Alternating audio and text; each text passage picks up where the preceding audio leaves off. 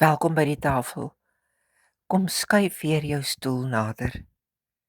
Ek is Ronel Besuidnout en laat die gejaag van die dag saam met my vir 'n oomblik stil word. Die tafel is gedek. Die gasheer wag reeds vir jou. Ons almal ken die pyn van iemand vir wie jy alles gegee het wat jou ten spyte daarvan tog seermaak. Ons eerste reaksie is om onsself te beskerm. Ons bou mure om ons. Maar vanaand sit daar iemand aan Jesus se tafel, van wie hy reeds weet, hierdie man gaan my vanaand vir 30 stukke silwer verkoop. En wat doen Jesus? Hy verneder hom nie. Hy stuur hom nie weg nie. Hy gee vir hom die ereporsie. Dis die eerste hap wat altyd vir die eregas beskore was. Dit was die grootste teken van vriendskap. Vandag ontdek ons iets van God se hart wat ons verstand skaars kan begryp.